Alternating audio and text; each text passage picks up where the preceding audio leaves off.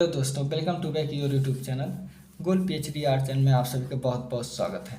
सांद्रो बोत्तिचेल्ली ये बहुत प्रमुख कलाकार हैं, इसलिए हमने इनको अलग से जो है पढ़ने का प्रयास करूंगा। देखिए,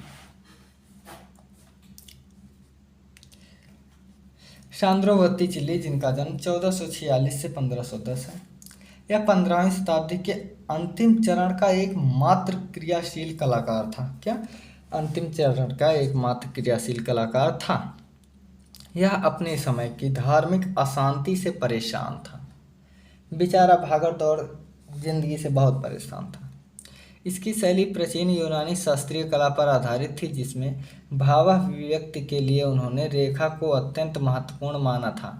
प्राचीन कथानकों के चित्रण में भी ईसाई भावना का ध्यान रखा है। इनको पूर्णतया पैनल चित्रकार कहा जाता था।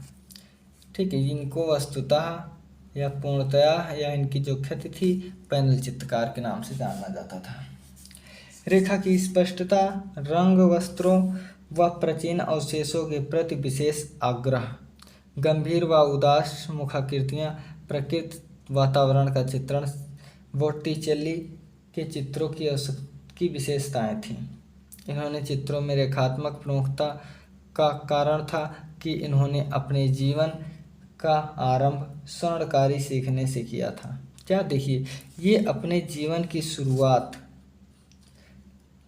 आरंभ स्वर्णकारी सीखने से किया था। चित्र में वास्तविकता व सफलतापूर्ण का आधार आरंभिक रेखा चित्र ही माना जाता है। इनकी सुप्रसिद्ध कृतियों में प्राइम वेरा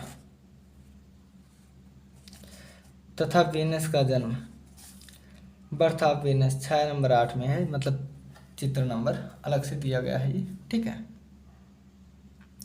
ठीक है ना। वीनस सीप पर खड़ी है, ये जरूर याद कीजिए।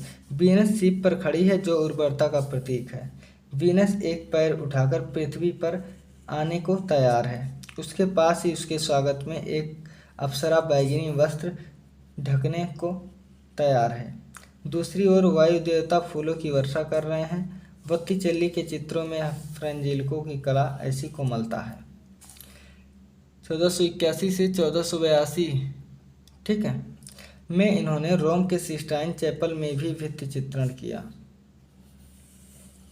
ठीक है, इन्होंने अपनी चित्रकला में सौम्य भक्ति भाव से युक्त वर्जिन मेरी के असंख्य चित्रों को रेखा चित्रों का निर्माण किया, जिनके आधार पर चित्रण किया जाता है, और इस प्रकार बोत्तिचेल्ली की ख्याति के साथ प्राप्त धन भी अर्जित किया। 1500 ईस्वी में लगभग इनको लोकप्रियता कम होने लगी, क्योंकि तत्कालीन कलाकार की शैलियों से इनकी शैली पूर्णतः भिन्न थी। अपने जीवन के अंतिम 10 वर्षों में इन्होंने रहस्यमय जीवन व्यतीत किया। कहा जाता है कि इस अवधि में इन्होंने पिएटा चित्र बनाए विभिन्न संग्रहालयों में सुरक्षित है। ये चित्र अत्यंत उत्कृष्ट व सूक्ष्म संवेदना से युक्त है। ठीक है, टेंशन नहीं लेना। वस्तुतः पुनर्जागरण काल की यूनानी दर्शन, इटालियन बौद्धिकता, ईसाईयत और वास्तविक जगत के प्रयोगात्मक ज्ञान, इन सब का समन्वय मिलता है। वह युग विरोधों से समन्वय का युग था, जिनके बौद्धिक प्रधानता व धर्म नैतिकता गौर थी। इस समय यूनानी दार्शनिक का पुनर्निर्माण हुआ। धर्म की शक्ति क्षीण होने लगी और भौतिक जीवन को महत्व मिलने लगा। 16वीं शताब्दी के प्रारंभ से ही कला का उद्देश्य केवल बाइबिल की शिक्षा न रहकर विशुद्ध सौंदर्य का सृजन हो गया।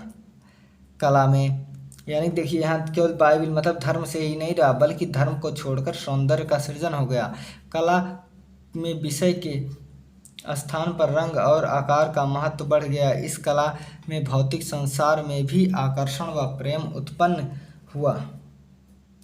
इस समय जब गिरजाघर को अलंकृत करने का कार्य कलाकारों ने किया, तो कला का एक नया मोड़ या नया रूप सामने आया, जिसमें एक ओर तो कला को धर्म का संरक्षण मिला, दूसरी ओर कला मार्मिक बंधनों से सर्वथा के लिए मुक्त हो गई।